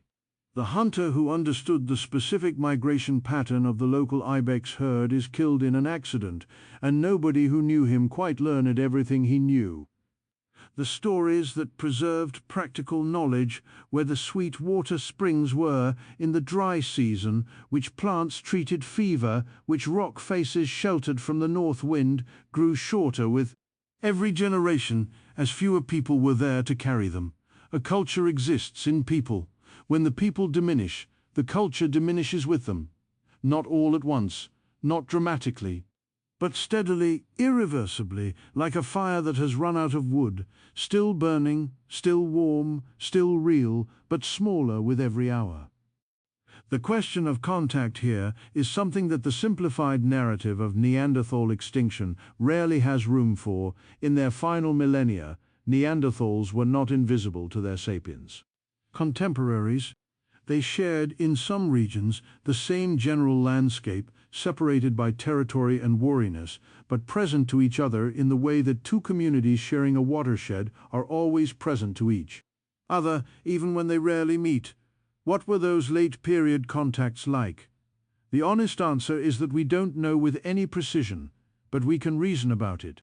By this period, 35,000 to 28,000 years ago, the power differential between the two species, in purely demographic terms, had become enormous. Sapiens populations across Europe were large, growing, and deeply networked.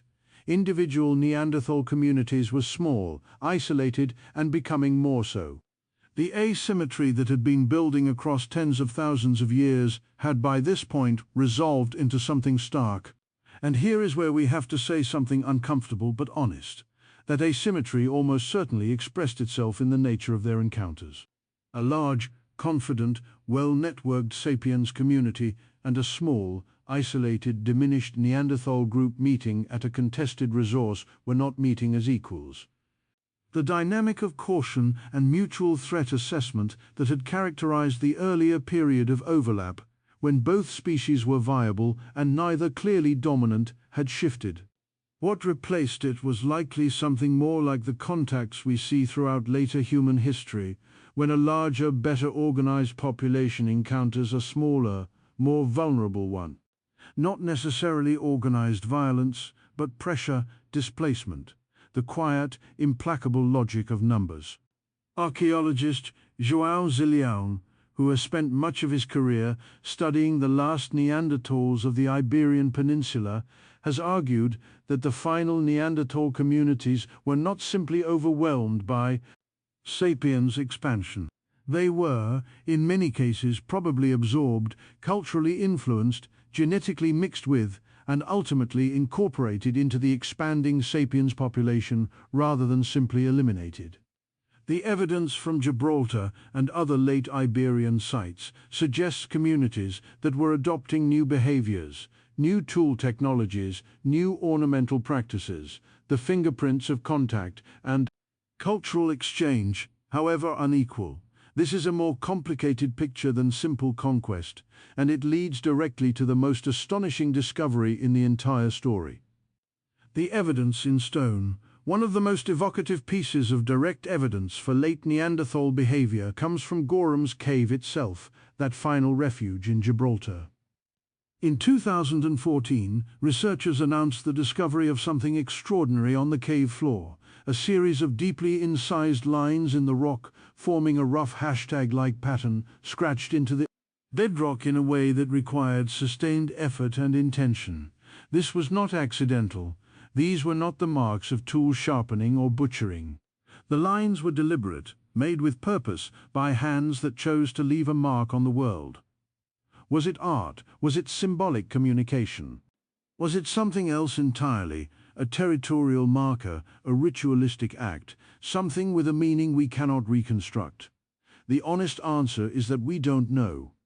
But the fact of it, the sheer simple fact that a Neanderthal, in one of the last places Neanderthals existed, pressed a stone into rock and drew something on purpose, carries a weight that is difficult to fully articulate. There is agency in that act. There is intention. There is the unmistakable mark of a mind that wanted, for whatever reason, to make something that wasn't there before. A mind that looked at blank rock and saw in it the possibility of expression. The Neanderthals who sheltered in Gorham's Cave in their final generations were not simply surviving, they were living. In whatever diminished, stressed, isolated circumstances their world had become, they were still doing the things that minds do, observing, making, perhaps communicating something across the silence. Of the cave to whoever might come after, nobody came after them. The lines in the rock at Gorham's Cave are, as far as we know, among the last marks a Neanderthal ever made on this world. After them, silence. The fires went out, the tools were left where they lay. The knowledge of 300,000 years of survival in the hardest environments the planet had to offer fell quiet, the last people who held it gone before anyone could ask them to share it. The Neanderthal story ended not with a roar, but with an absence. One day there were people in Gibraltar who were not us, and then there weren't. And the world, indifferent as always, continued without them almost, because here is where the story refuses to end cleanly. Here is where science in the last 15 years has delivered a discovery so profound that it genuinely changes the meaning of everything that came before it. The Neanderthals didn't completely disappear. They are in us right now, in ways that are active, functional, and consequential to this day. The ending we thought we understood was not an ending at all. In 2010, a scientist named Svante Pääbo published a paper that rewrote human history. Pääbo, who would go on to win the Nobel Prize in Physiology or Medicine in 2022, had spent years developing the techniques needed to extract, sequence, and interpret ancient DNA, genetic material. degraded by time and contaminated by the environment, requiring extraordinary care to work with. The technical challenges involved were immense. DNA degrades over time. Ancient samples are contaminated by bacteria, by fungi, by the DNA of the archaeologists who handled them. Separating the genuine ancient signal from all that noise required innovations in laboratory technique that Pabo and his team at the Max Planck Institute essentially invented from scratch. And when they finally sequenced the Neanderthal genome, drawing on bone samples from multiple individuals across several European sites, and compared it to the genomes of modern humans from around the world, they found something that the field had debated for decades, that many researchers had dismissed as unlikely, that others had hoped might be true but hadn't dared count on. They found Neanderthal DNA inside living people. Not traces, not contamination, not statistical noise. Real, heritable, functional Neanderthal genetic sequences passed down through generations of human reproduction, present today in the genomes of most people on Earth outside sub-Saharan Africa. On average, between 1% and 4% of the genome of a person of European or Asian ancestry is derived from Neanderthals. Some individuals carry more. Some populations show higher averages. But the signal is there, unmistakable, in billions of living humans. What this means, what it really means, if you sit with it for a moment, is that Homo sapiens and Neanderthals did not only compete, they also interbred, they had children together. Those children survived, reproduced, and passed their mixed heritage forward across thousands of generations until it reached you. The rivals became, in the most literal biological sense, part of each other. When and where it happened, the interbreeding between sapiens and Neanderthals appears to have occurred primarily in the Middle East and Western Asia, during the period when the two species most intensively overlapped in that corridor region, probably somewhere between 50,000 and 60,000 years ago, around or shortly after the main out-of-Africa migration of Homo sapiens. This timing matters because of the way Neanderthal DNA is distributed in modern populations. People of sub-Saharan African ancestry carry essentially no Neanderthal DNA, which makes sense, because the main Neanderthal population never lived in sub-Saharan Africa. People whose ancestors left Africa and passed through the Middle East carry the Neanderthal contribution. East Asian populations actually carry slightly more Neanderthal DNA on average than European populations, a fact that suggests the interbreeding may have happened more than once in more than one location, or that subsequent migration patterns redistributed the inherited sequences unevenly. The Denisovan contribution adds another layer to this picture. Populations in Melanesia, Papua New Guinea, the Solomon Islands, and surrounding regions carry not just Neanderthal DNA, but also significant Denisovan DNA, sometimes up to 5% or more of their genome. Aboriginal Australians carry Denisovan sequences. Some populations in South and Southeast Asia carry smaller Denisovan contributions. This tells us that Homo sapiens encountered and interbred with Denisovans too, probably during the migrations through mainland and island Southeast Asia that eventually populated Australia and Melanesia. We are therefore a hybrid species, not in the pejorative sense that word sometimes carries, not as a weakness or an impurity in the biological sense. In the sense that the lineage we call Homo sapiens absorbed genetic material from at least two other human species during the period of our expansion across the Old World. We are the survivors, yes. But we are survivors who carry the biological inheritance of the people we replaced. What Neanderthal DNA does inside you, this is where the story moves from history into something immediate and personal, because the Neanderthal DNA that modern humans carry is not inert. It is not genetic junk sitting unused in the genome. It is functional. It affects real biological processes in ways that scientists are only beginning to fully map. The most clearly understood contribution involves the immune system.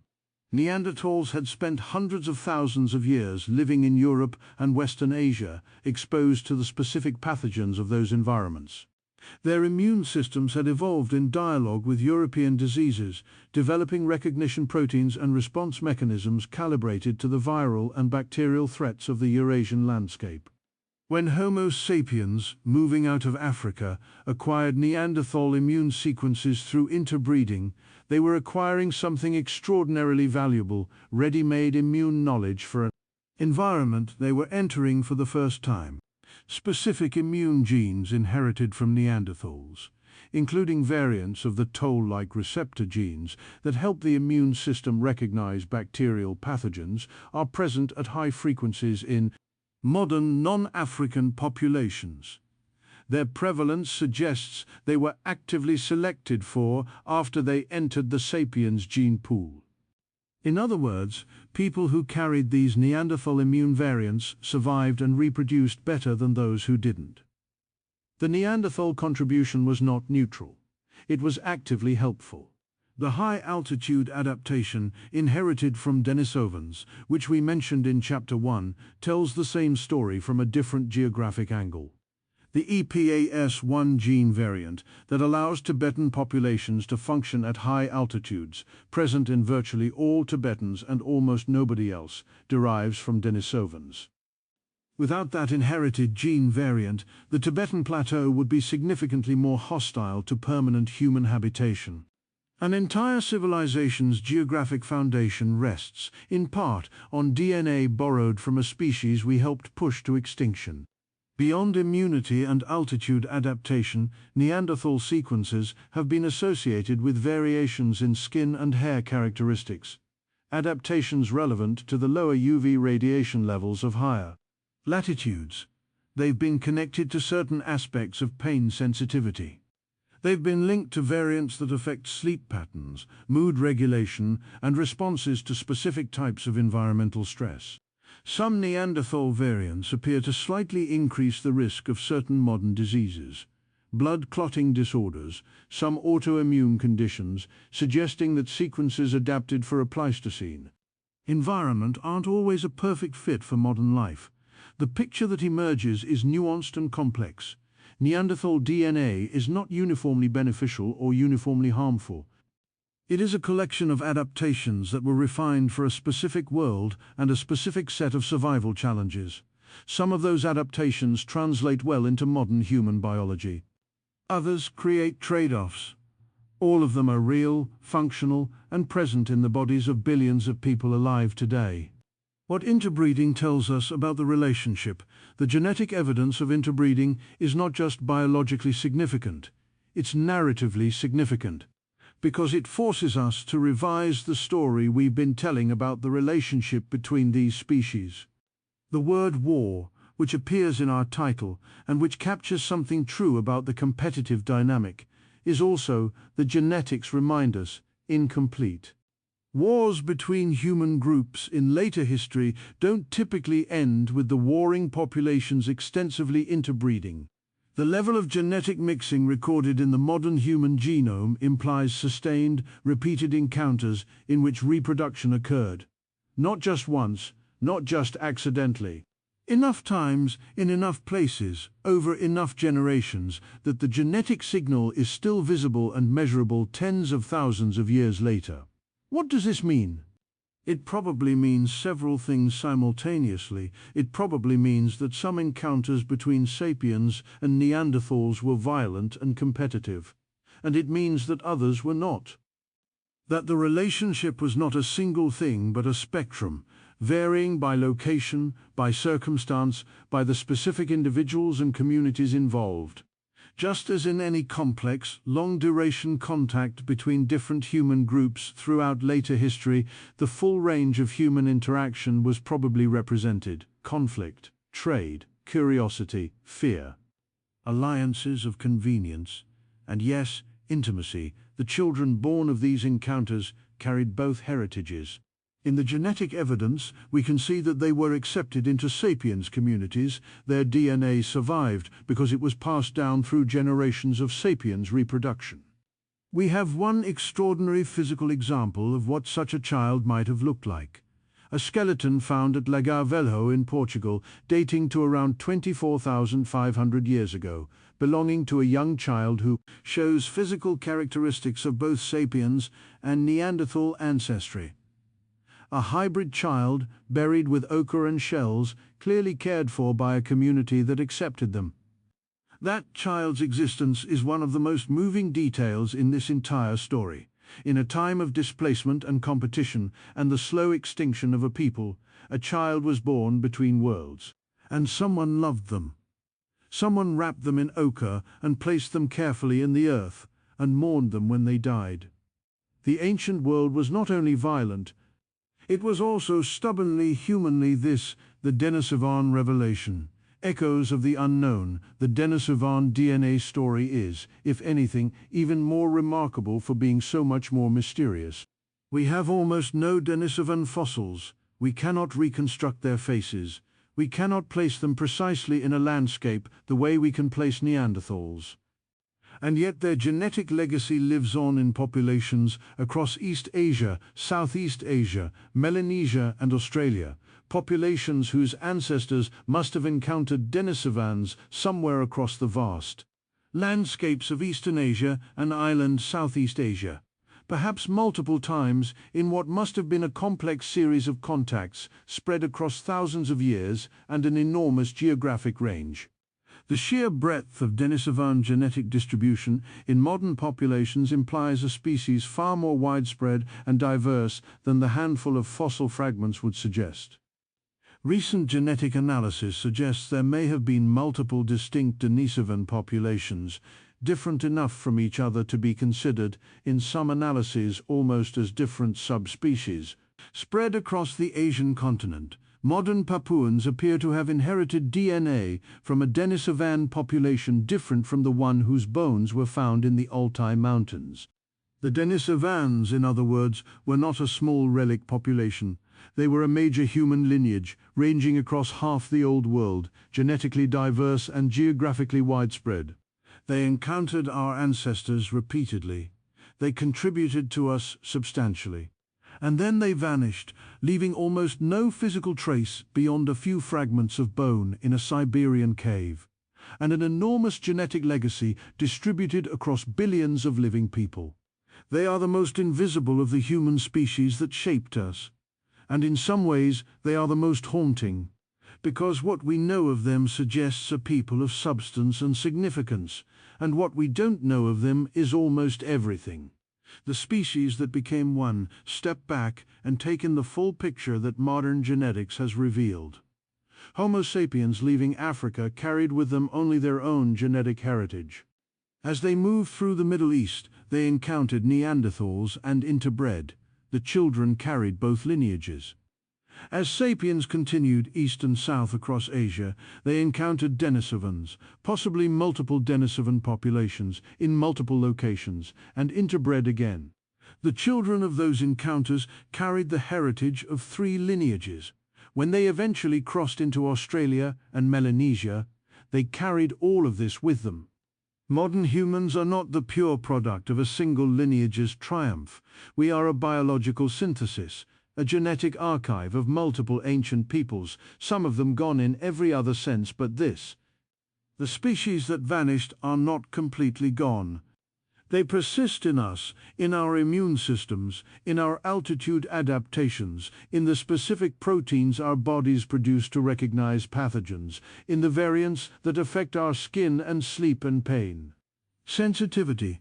The war ended in disappearance, but not in erasure. Something of the Neanderthal survives every time a person of European or Asian ancestry fights off an infection using an immune response shaped by Neanderthal biology.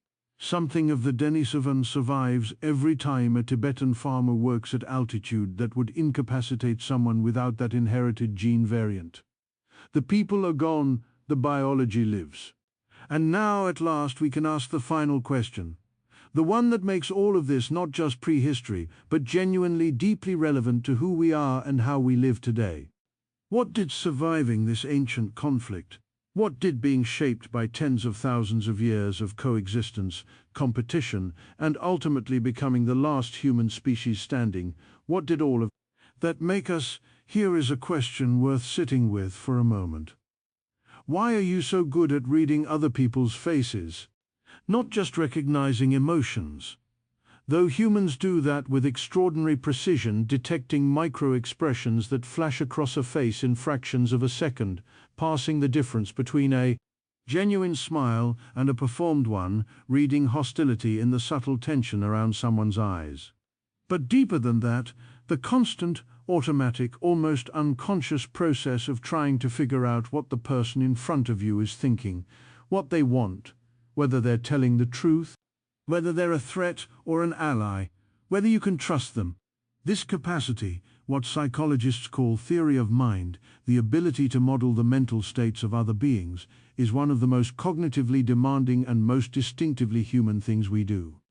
It requires holding in your mind a representation of someone else's internal state, updating it constantly as new information arrives and using it to predict their behavior. It is the foundation of empathy. It is the engine of social intelligence. And it is, in the context of our story, interesting to consider why it might have been selected for so strongly in our evolutionary history. The obvious answer is that understanding other humans is useful for cooperation within your group. And that's true. But here's a different possibility, one that the story we've been telling raises in an unexpected way. What if our extraordinary capacity for reading minds was also shaped by tens of thousands of years spent trying to understand the minds of beings who thought like us but not exactly like us, who organized like us but not exactly like us, who communicated in patterns we could almost but not quite decode? The Neanderthal across the valley was the most cognitively demanding puzzle our ancestors ever faced. Not a predator whose behavior followed instinctual patterns our brains were already equipped to model. Not a member of our own community whose thought patterns we shared. Something in between, a mind similar enough to be readable, different enough to be dangerous. A puzzle that required the most sophisticated social intelligence our brains could bring to bear. Because getting it wrong could mean death. Did this pressure, sustained across tens of thousands of years of coexistence with other human species, accelerate the development of human social cognition? Did the presence of cognitively comparable rivals push sapiens toward ever greater sophistication in understanding minds unlike their own? We cannot prove this. Evolutionary hypotheses about cognitive development are notoriously difficult to test directly, but the timing is suggestive.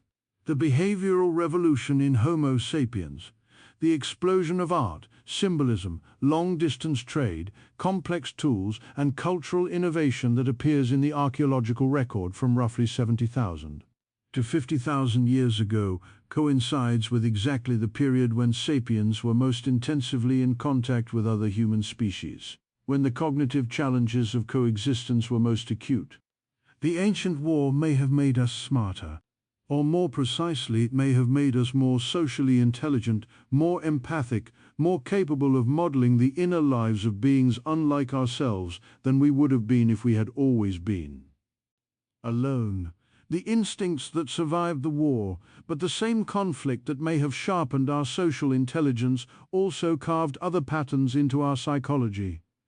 Patterns that are less comfortable to acknowledge, but no less real.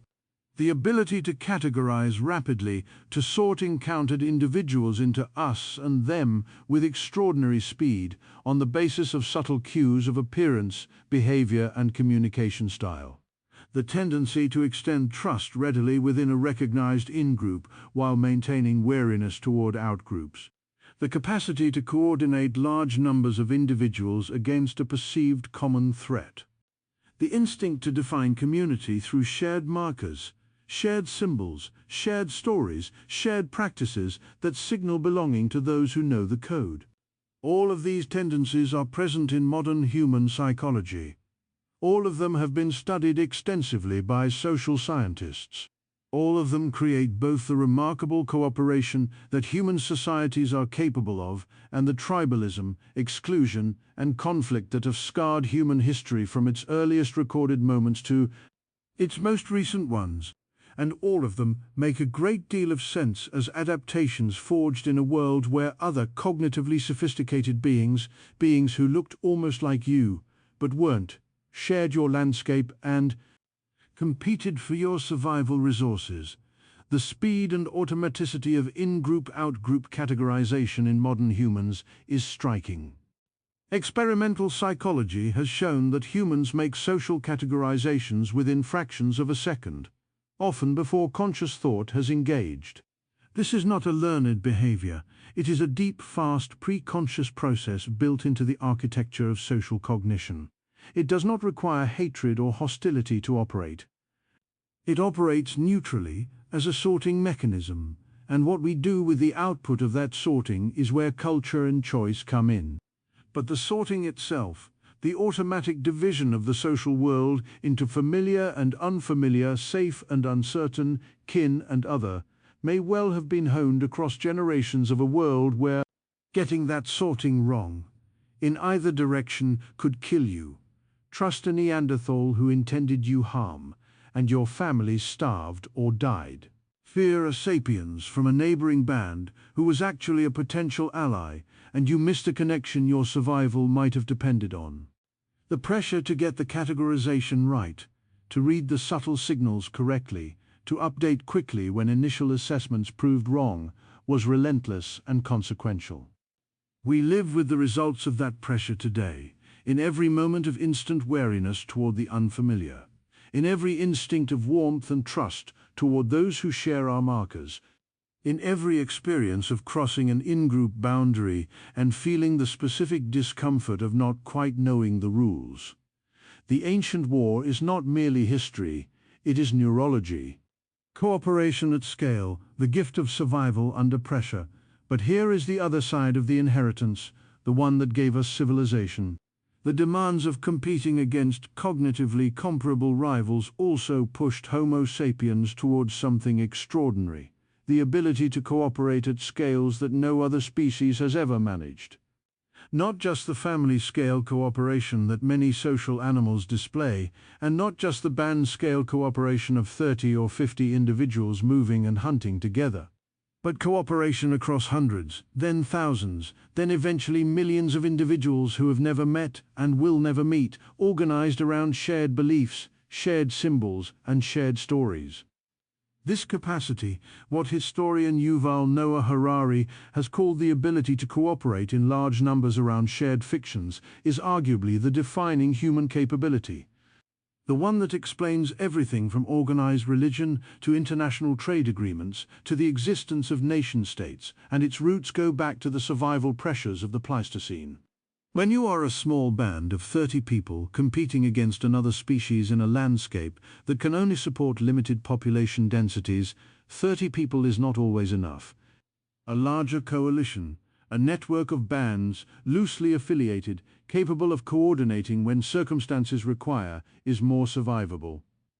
The ability to recognize strangers as potential allies, to extend cooperation beyond the immediate circle of known individuals, to build trust with people you've never met through shared symbols and stories that signal belonging. This was not a luxury. It was a survival technology, and it compounded. Each generation that successfully maintained wider networks was more likely to survive and reproduce. Each cultural innovation that made interband cooperation more reliable, more consistent symbolic communication, more robust shared narratives, more sophisticated trade relationships provided advantage that was then inherited, culturally and genetically, by the next generation. Over tens of thousands of years, this compounding produced a species capable of organizing social behavior at scales that are, in the context of the animal kingdom, essentially miraculous. The cities, the trade networks, the legal systems, the scientific institutions, all of these are expressions, at massive scale, of a capacity for extended cooperation that was forged in the pressure. cooker of prehistoric survival. They are, in a very real sense, what winning the ancient war looks like 10,000 years later. The world that only we inhabit. There is one more consequence of the ancient war that deserves to be named. One that is subtle and strange, and perhaps the most profound of all.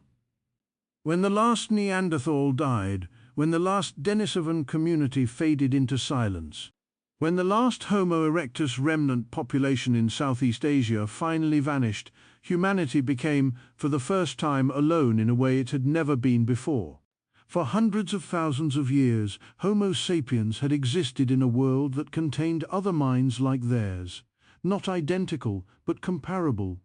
Other beings who thought, who planned, who communicated in complex ways, who organized socially, who understood the world through something recognizable as intelligence. The presence of those other minds, even as competitors and threats, created a specific kind of existential context. You were not the only thinking thing in the world. You were one thinking thing among several. When they were gone, something changed. The world became, for the first time in the history of the genus Homo, a place with only one kind of mind in it. And that mind, our mind, turned, as if looking for the comparisons it had lost. Inward. The absence of external cognitive rivals created the conditions for reflection in a new way. Who are we? Why are we here? What does it mean to be the kind of being we are? These questions, the questions that eventually produced philosophy, religion, art and science, could be asked with a new urgency when there was no longer another kind of being to look at and say, well, we are, whatever they are not. Identity had to be constructed from within. The stories that humans told about themselves, about their origins, their purposes, their relationships to the world, became the primary architecture of meaning. Not because humans suddenly became more intelligent after the Neanderthals disappeared, but because the disappearance of the others created a specific kind of cognitive and existential space that the human mind then, inevitably, began to fill. Art explodes in the archaeological record of this period. Not just simple markings, though those matter too, but fully realized representational paintings in deep caves, carved figurines of both animals and humans, musical instruments, elaborate burial practices, minds reaching for expression, for meaning, for a way of understanding themselves that went beyond the immediate demands of survival. The ancient war ended in silence. And into that silence human culture was born. So here we are, standing at the end of a story that began not with the first city, not with the first written word, not even with the first farm, but in the cold, uncertain darkness of a world that held more than one kind of human being. A world that was, in its strange and violent and intimate way, richer than the one we inherited. More populated with different kinds of minds, different answers to the question of how to survive, different ways of being human. And now it's just us. That fact so ordinary, so taken for granted that most of us have never once stopped to consider it, is actually one of the most extraordinary facts in the history of life on this planet. We are alone in a way that no human species before us ever was. We are the last answer to a question that evolution asked many times, in many forms, across millions of years. Every other answer is gone, except of course for the pieces of those answers that live on inside us, in our immune cells, in our high-altitude adaptations, in the subtle biological inheritance of people we helped erase. That is not a comfortable thing to sit with, and I don't think it should be. What this story actually means, it would be easy to take this story and turn it into something simple.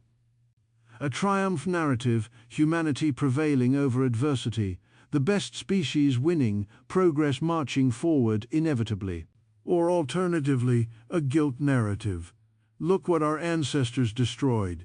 Look what was lost. Look at the violence embedded in our origins.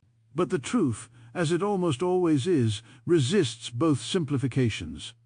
The Homo sapiens who competed with Neanderthals were not acting from malice. They were not executing a plan. They were not even in most cases aware that they were participating in anything larger than their own immediate survival.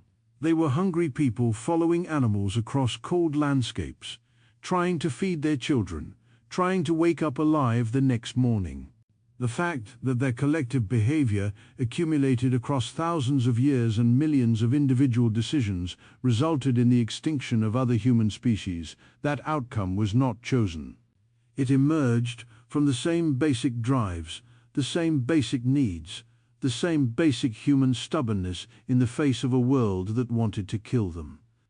That emergence, the way enormous permanent consequences can arise from countless small individual acts, none of which was designed to produce those consequences, is perhaps the deepest lesson this story offers, because it is not a lesson confined to the Pleistocene. It is a pattern that runs through human history from beginning to present. The way species disappear, the way cultures vanish, the way landscapes are transformed, rarely by dramatic, conscious decisions to destroy, most often by the accumulation of ordinary choices made by ordinary people who were simply trying to live. Recognizing that pattern is not the same as excusing its outcomes. The Neanderthals are gone, that is real. The 300,000 years of knowledge they carried, the intimate, hard-won understanding of Ice Age Europe that lived in their memories and their stories, is gone. That is a loss that no amount of nuanced historical analysis can undo or fully measure. But recognizing the pattern does give us something.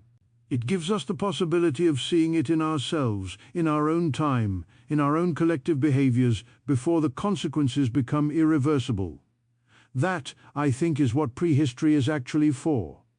Not to make us feel guilty about what our ancestors did 40,000 years ago, but to hold up a mirror to the mechanisms of our own nature, the same nature shaped by the same forces, so that we can see them clearly. The Neanderthal inside you, and then there's this. Somewhere in your body right now, as you sit watching this, there are proteins that a Neanderthal's immune system refined across hundreds of thousands of years of European winters. There are gene variants that helped someone survive in a world that no longer exists, passed through an unbroken chain of living bodies across 50,000 years, and arrived intact and functional in you. The Neanderthals we helped push to extinction left a piece of themselves inside us, not as a metaphor, as biology, as real, working, meaningful inheritance. I find that remarkable.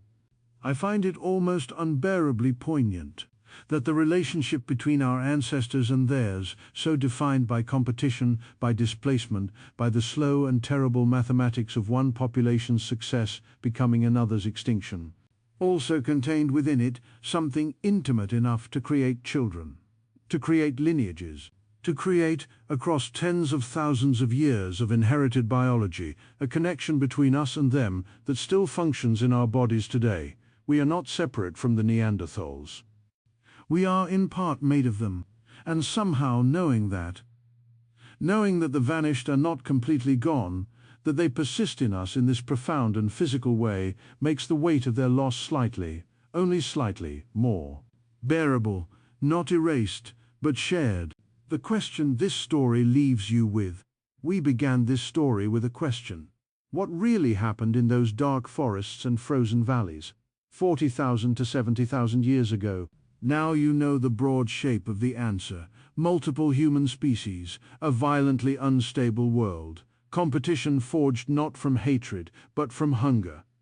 A slow, unnamed conflict with no battles and no commanders, and no declaration of peace at the end. An extinction that was also, unexpectedly, a partial incorporation.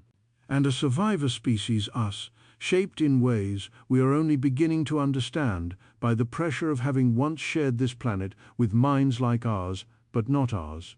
But here is the question this story leaves behind, the one I want you to carry with you after this video ends. If the cognitive tools that made us extraordinary, our social intelligence, our capacity for extended cooperation, our ability to read minds unlike our own, were sharpened by coexistence with other kinds of human minds, what does it mean that we are now, for the first time in our species' history, truly alone?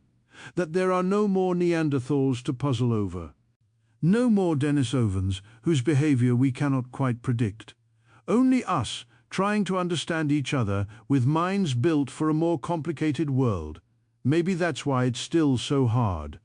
Maybe the difficulty we have understanding each other, across cultures, across differences, across the boundaries that our ancient categorizing minds keep drawing and redrawing, is partly the echo of a time when the beings on the other side of those boundaries were genuinely biologically different, and now they're not.